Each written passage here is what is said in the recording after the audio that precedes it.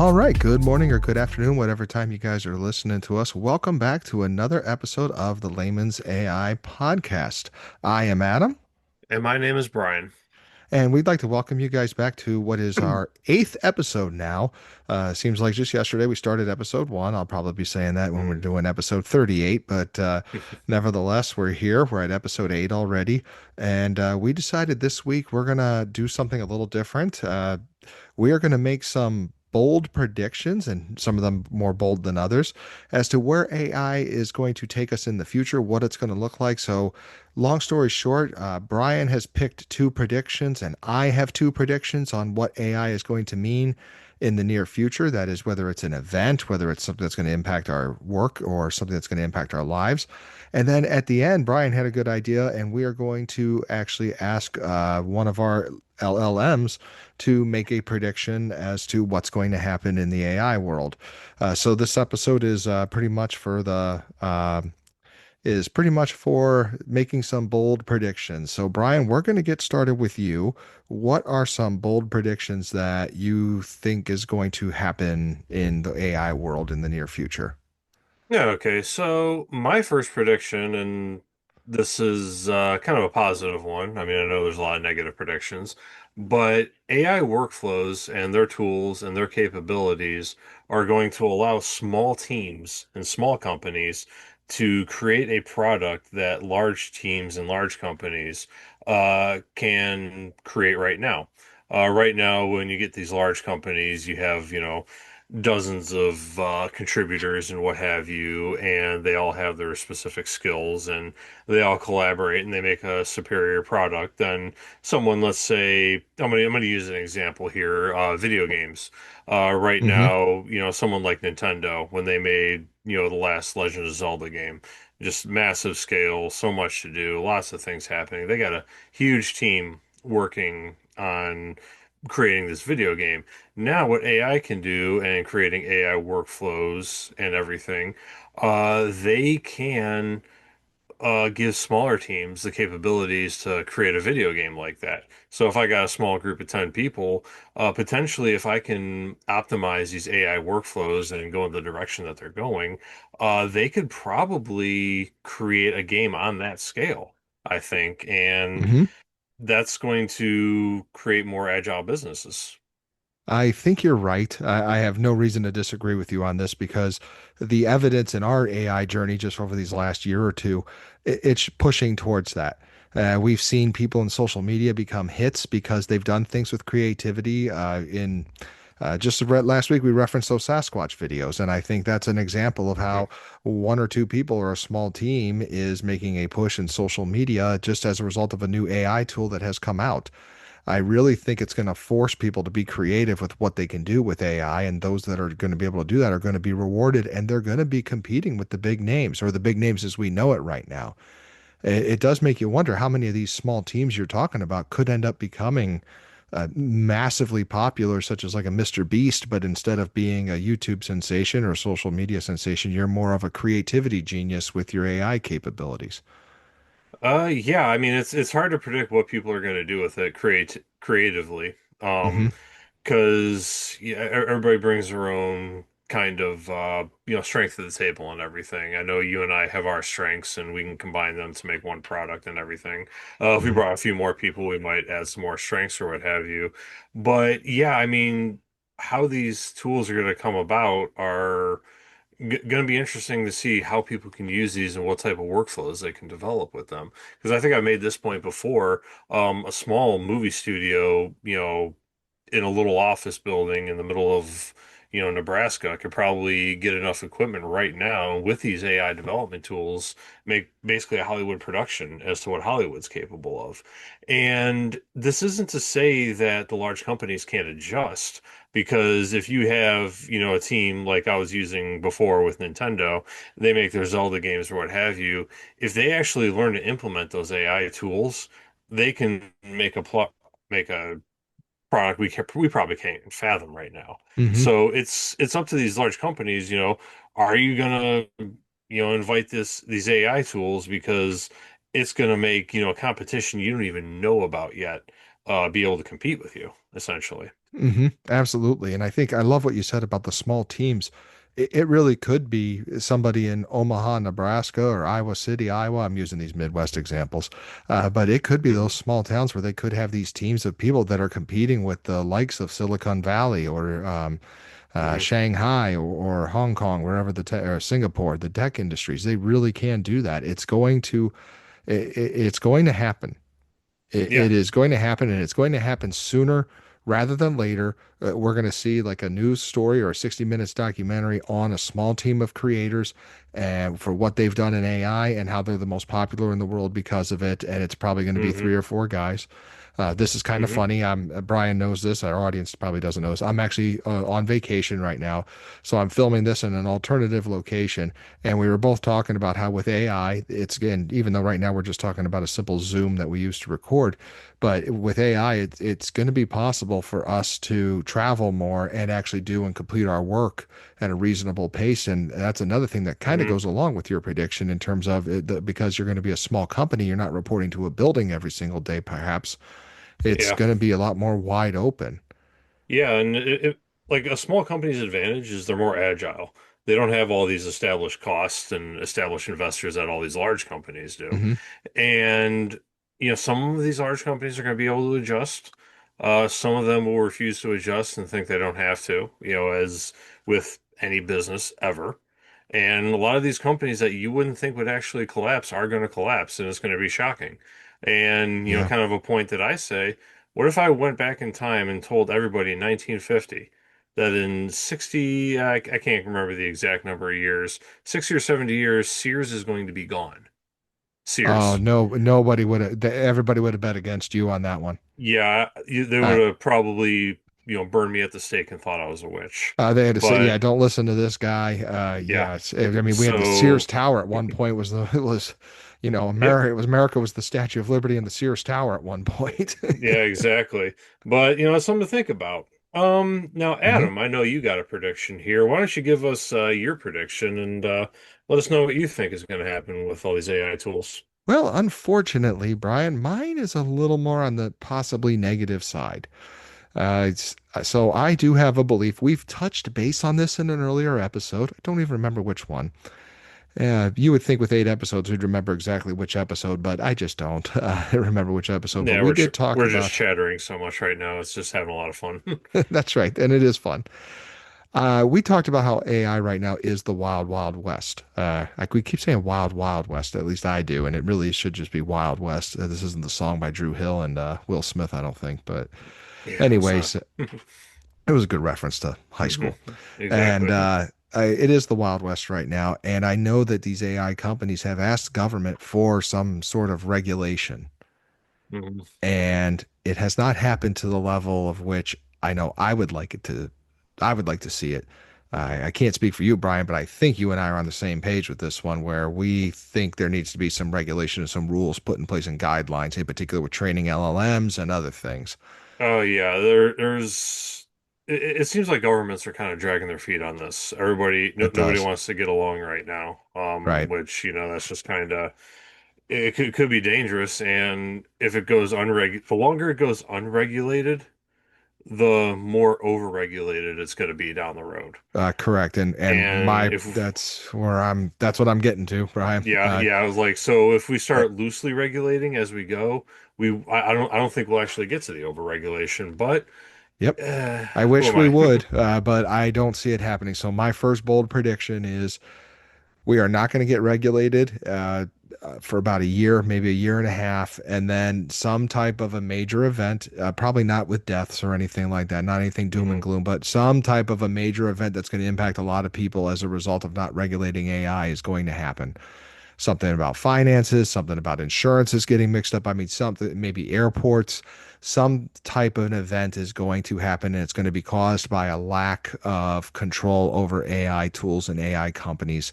And that is going to force government to step in. And when you're forced to step in, any government, when you're forced to step in a reactive sense, you overreact to fix the problem when you could have been fixing it. It's right here in your face right now.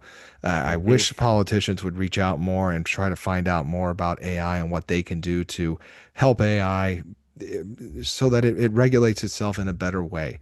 Because right now, anybody can start an AI company, anybody can start uh, using tools incorrectly and on purpose. Anybody could start defrauding people with AI.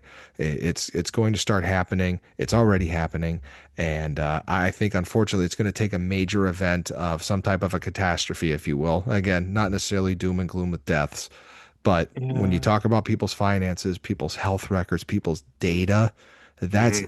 that's another thing that could be out there. What happens if AI gets a hold of everybody's social security number and just starts giving it out by an Yeah. accident? Uh, Yeah, that's kind of the unfortunate thing right there is that sometimes it just takes something really, really bad to happen for us to actually take action.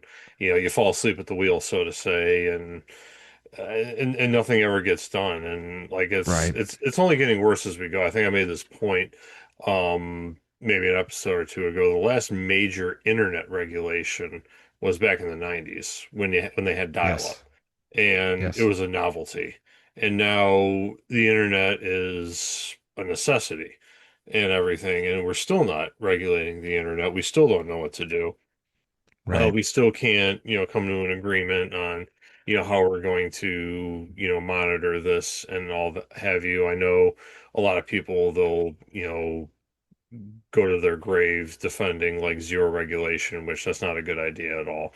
And Hmm. with AI now, it's beyond overdue. And we're not doing the internet regulation like we should.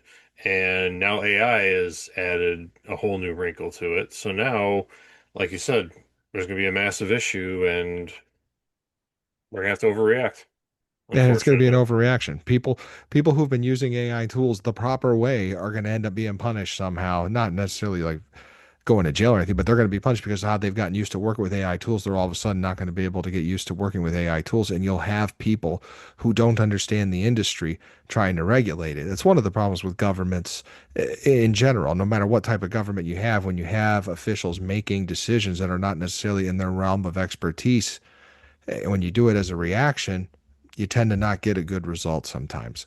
Hmm. So I certainly don't want that to happen. I think something we can do as layman's people is reach out to our congressmen, but more importantly, our state representatives too. Those guys Hmm. impact us very much. Maybe we should be reaching out to them and saying, hey, there's this thing called AI. We think it needs some regulation within our states and boundaries, and look Yep. up what the issues are that you have concerns with. I mean, data privacy is a big one, and a lot of companies have strived to say they're going to make sure that they protect your data, but can they Yeah. really do that with AI tools? Yeah, I know. I think it was, if I want to say Texas release was like trying to pass some kind of legislation where if you're going to do any sort of like political advertisement, you have to disclose how you used AI, in your political Okay. advertisement, Okay. which I think is a good thing. Some Yes. people, the zero regulations or death, people are, out there, but that's just not right, in Hmm. my opinion. But yeah, they said, disclose what you're using AI. And I think like transparency laws are going to be like the Amen. big thing. Transparency regulation. What are you using AI for? And, that's going to be, a good first step, in my opinion. I agree with you. I think transparency is a big thing. We've preached that. We've been preaching that for 8 episodes. There should be no shame in saying this is how I use the AI tool and this is how I used it to help me get what I need to get done. I feel like a broken record, but we've said that 100 times and we want to keep that message going. So with that said, Brian, what's your second prediction that is going to happen as a result of AI? The irrelevance of jobs is my second prediction right here, and Wow. the irrelevance of jobs as we know them. This has Okay. actually been predicted for a while since automation has been becoming more prevalent. The old 9 to 5. You're 9 to 5, you're 9 to 5. That has been around since, oh gosh, what, 20s, 30s, 40s, something like that. And Certainly a long time. I yeah, feel like the and 9 to 5 was a post World War II thing because prior to that, I feel like it was a little longer than 9 to 5 at times. yeah, that's before la labor unions stepped in and everything. Uh-huh. But like it, the entire economy that we have is built on this structure. And they've built this 9 to 5 mentality, and you work till you retire, you save up this much, and then you're gone. Well, there's a few things that kind of make things irrelevant with that is that it is predicted that AI will wipe out half of the white collar jobs. I don't know if I'm going to go that high of a percentage, but it is going to eliminate white collar jobs. But now blue collar jobs are coming into play, Hmm. where it's not a bad thing because America's infrastructure has been crumbling for decades now. Yes. But there are going to be an increase in blue collar jobs. Well, blue collar workers, working as a construction worker until you're 70, um, probably not your best idea right there. So people are gonna have to Right. retire earlier. Well, the thing is though, Social Security was always that safety net. And I know that's a big, big, big debate right now. I'm not gonna get into the politics of it, but I think at the core of it was that birth rates would increase or maintain the same levels, and that would feed everybody on the back end. Well, now birth rates have gone down, and that's Yes. ultimately where the deficit is coming from. Nobody Yes. wants to say it, but that's this is all these things that are baked into the economic structure right now. But if we don't make an adjustment, like things are going to get really hairy, in my opinion. Yeah, and Brian, I'm really glad you brought that up because I do feel a spirit of transparency, as we've been talking about. Hmm. Nobody brings up this population loss in the United States and what it's going to mean for us in the near future. I will share with you, you saying that that's going to have an impact along with the impact of AI on the job market. This is what I think in education, because there's less kids going to school, because there's less kids, period, in the United States. It's a Hmm. downward trend. So it's not just public school, it's kids going to school in general Well, is it's on the is on a downward trend. well, less people want to have kids too. That's yes. That's something we didn't predict No, we either. didn't. I have two boys myself, and I know why people don't want to have kids, but that's just my own biased opinion. Seriously, so Yeah, and I got sometimes my two son girls, could get so. the Pope to swear. I swear. So, but anyways, no, it's people don't want to have kids anymore. That is an impact, and I also think another danger with AI is we may have hinted on this. I'm worried people are going to see AI for companionship as it gets better, and that's already a problem that's happening in our teenage youth already. Is they're going to character AI and they're reaching out to it because they don't feel they have a friend that they can talk to. Because most of the way they've grown up, they've talked through messaging each other, collaborating with each other on a device. They haven't done the face to face, get on the playground, skin your knee, sit next to a friend on the bus that you don't know that well and talk about music. They haven't done that stuff. Yeah, Uh, it's yeah, things are changing. It's going to change the job market even more. I know the first big change, like we said, was automation. hmm That took away all the, guys bringing their lunch pail, like sitting down somewhere and assembling something for 40 hours a week, which was basically how automation came about. It's like, okay, I see a repetitive task. How can I make a machine to do this for me? And hmm now AI is coming for the automating the white collar jobs. How can I, take this coder who only knows how to code, just codes, just only does code and only thinks about code. Hey, I can have an LLM do this for me now, and it's only getting Absolutely. better. And some coders have already been replaced, and it's like, it's just changing things, and somehow we need to overhaul our economic structure, hmm or things are gonna yeah, get bad essentially, Yeah, and people are going to be out of work. I know a few things that have been floated out there was the universal basic income, and like a lot of people are against that. It's a very political hot topic, but is it going to be what we need? Because I might not be able to find 40 hours a week all the time. that was Andrew Yang's when he ran. Is that Yeah, correct? yeah, He he was the was first like, one that really had some success pitching that, right? yeah, the idea has been around for a while, but Yes, he was like the first presidential candidate to throw that out to there on a throw that major out there. party. I Yeah. so I'll share with you, and I know we said we would never get political, but when Hmm. I first heard that, just hearing the blank definition of what it was, I went to my, oh, that's communism. Everybody gets the same Yeah. amount of money. And then Hmm. when I actually heard Andrew Yang talk about it, he really made me think about it and Yeah. used the examples that you're using with automation, economy, and really did a good job of saying how this could save us money long term as a country. And I listened to it. I was not immediately against it, which told me I was getting a little older. I wasn't set in my Yeah. ways right away. I was actually listening.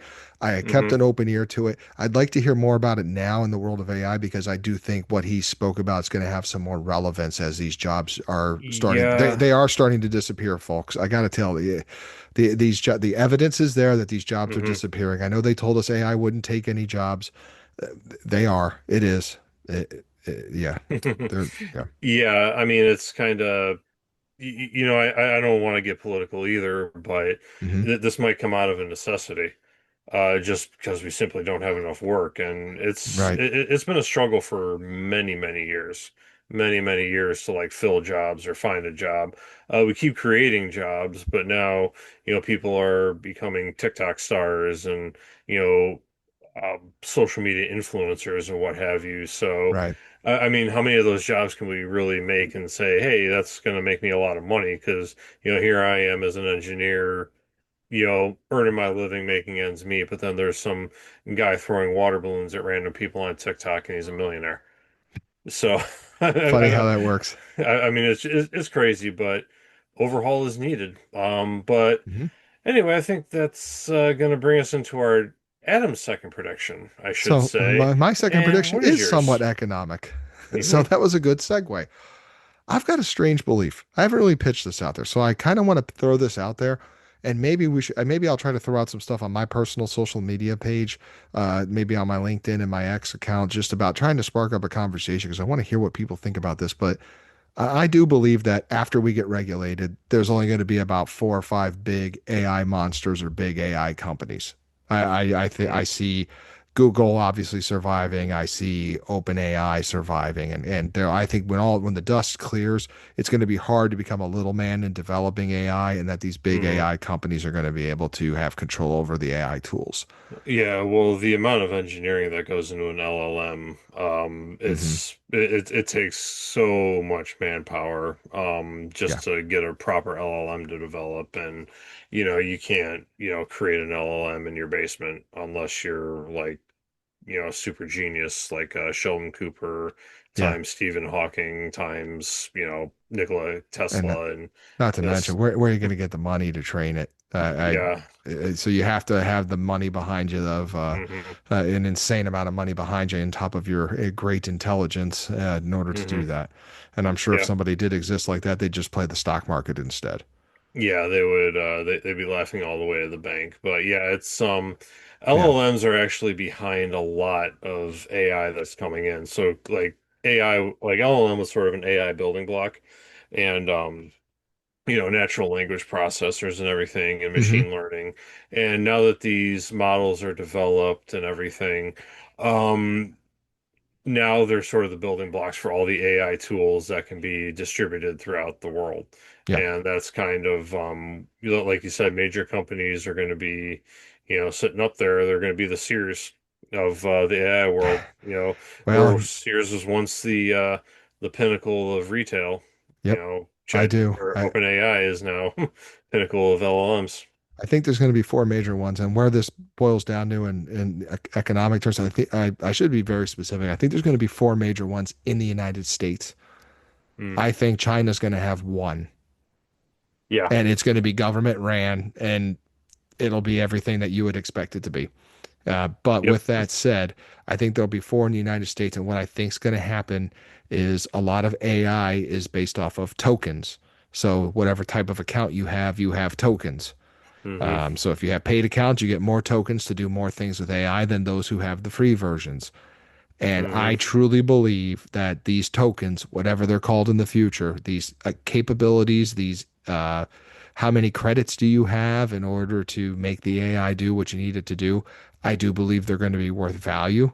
And I do believe hmm it'll act as a form of currency. AI tokens will be like another form of currency in the future. That's a little ways down the road. Yeah, But it, hard to predict how it's gonna, pan out, but there are gonna be major ones, Cream's gonna mhm, rise to the top. I mean, yeah, I remember when cell phones were blowing up. I think we're the last generation to grow up without a cell phone. I I'm think. pretty sure. I did Yeah, not I'm have a pretty cell sure. phone until college. Yeah, Yeah.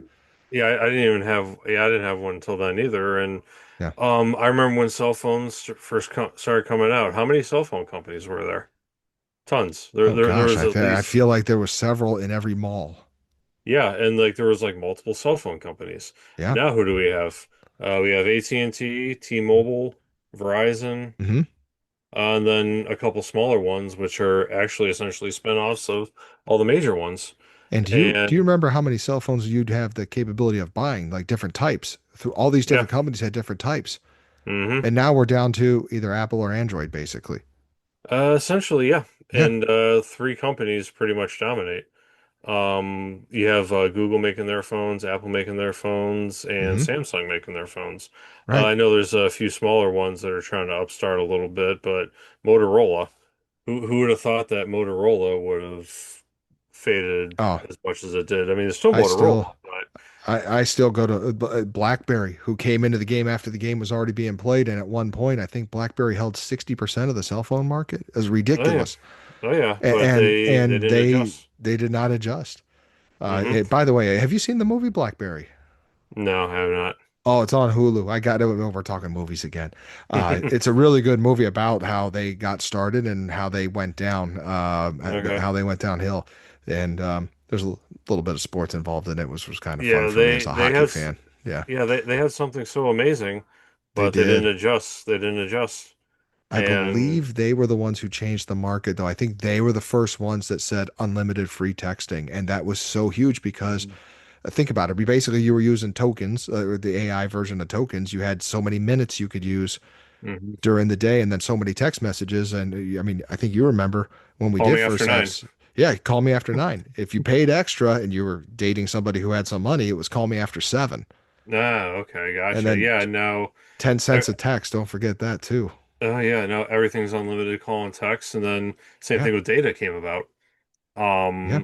There used to be a data cap limit. I remember my first smartphone, it was before unlimited data. I would listen to Pandora all day at work for about a week straight.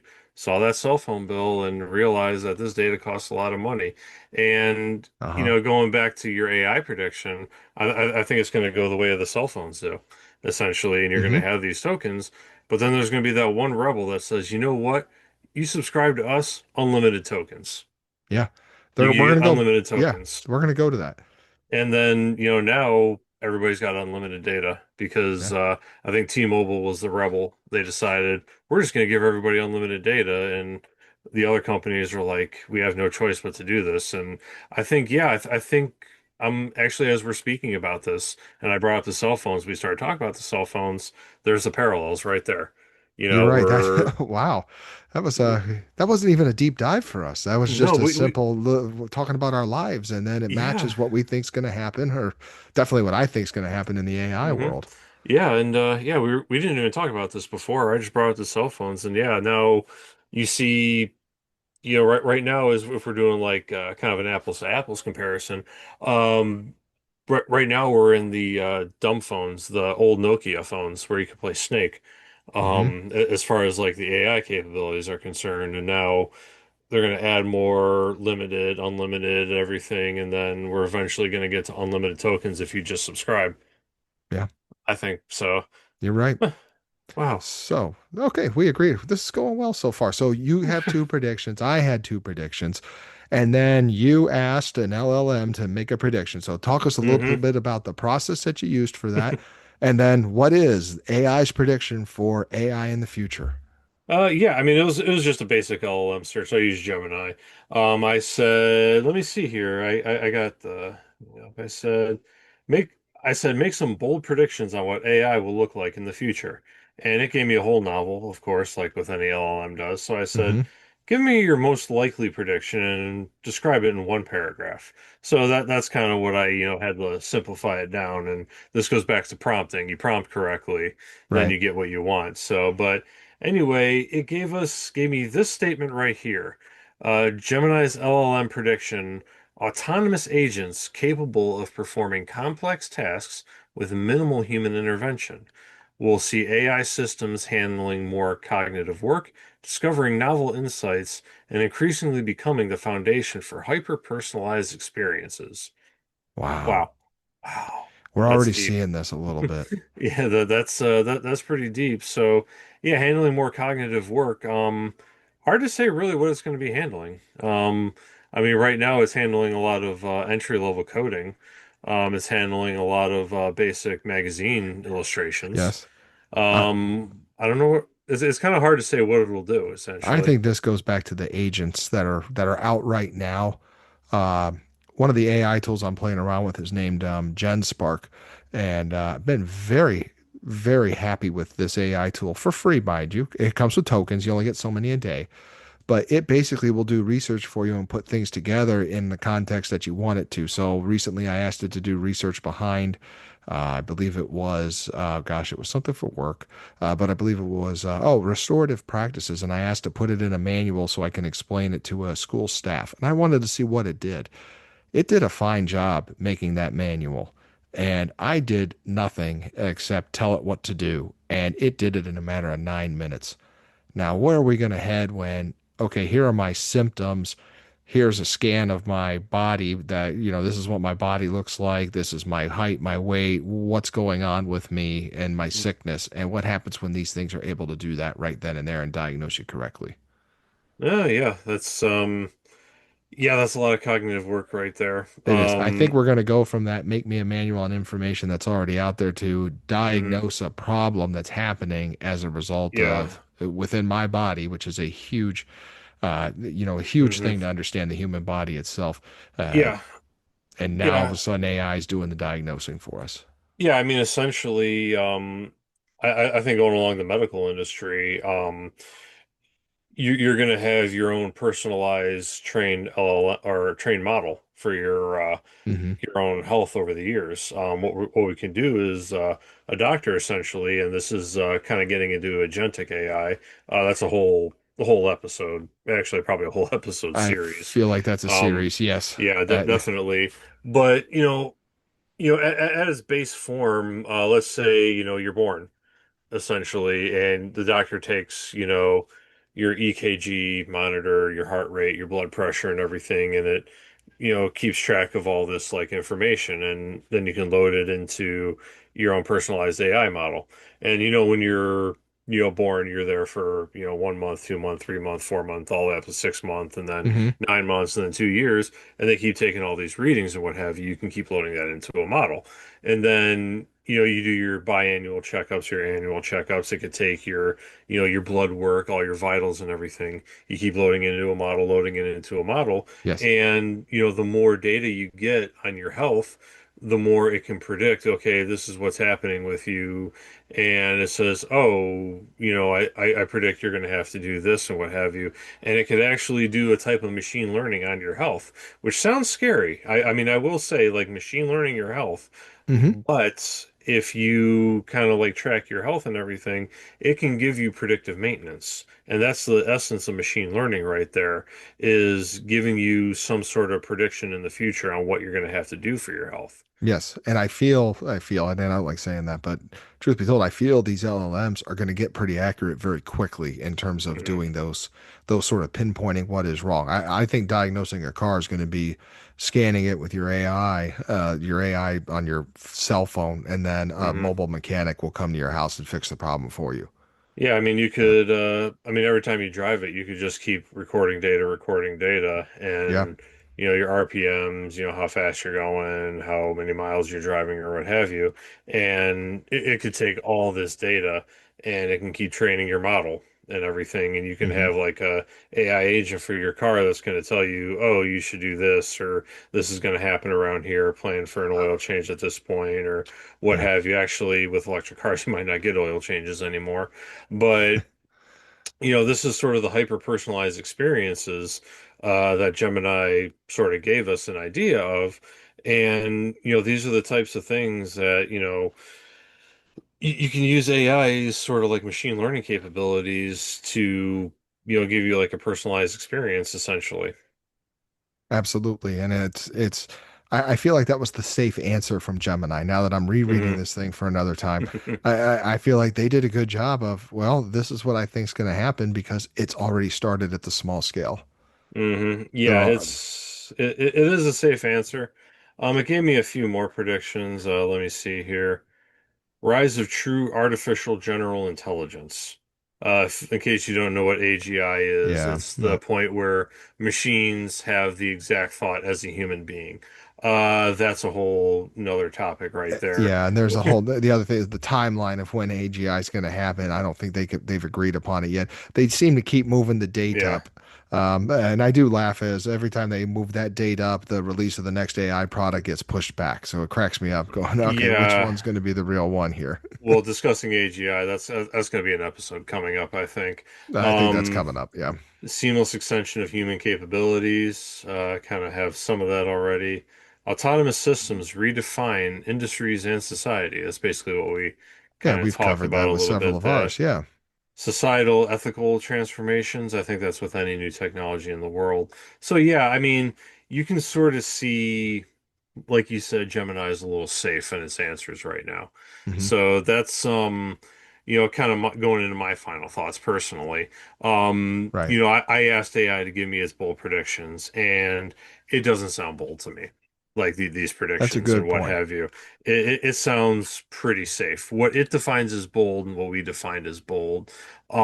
So you can see, those are all the predictions I asked Gemini to make. We made our predictions. I think our predictions are a lot more insightful, to be honest with you. I would say so. However, I'm laughing now knowing what I know about Grok, the AI tool through X. What kind of bold prediction would Grok have made? I guess maybe Um, that's a, I don't think that'll be an episode, but I definitely think that'll be something I'm going to try after this podcast to just see what it says. yeah, I'm probably gonna. It was probably another episode. Ask the LLMs the same question, see what they have to say, just so we can Oh, kind of guarantee ooh, see what it is. I I, kind of I I like that. I think we got next week's topic of conversation right there. We just might. We just We might. And then and I guess the fun part will be what questions will we come up with to ask them? Ooh, yes, yes. Leave it in the comments or on any of our social media platforms. What questions Yeah, should we ask an just reach LLM? out and talk to us. Yeah. Somebody please. Nobody's Yeah, commented somebody yet, but please. that's I mean, okay. I get phone calls from my mom saying what a good job we're doing, and I love Yeah, hearing that, and that's great and all, but my mom's uh, very proud of me too. that's awesome. Isn't that awesome? It is awesome. It is awesome. It's awesome. But yeah, I mean, that's kind of I think gonna wrap it up right there. I Hmm. think we had a lot of good topics of conversation today. I enjoyed it.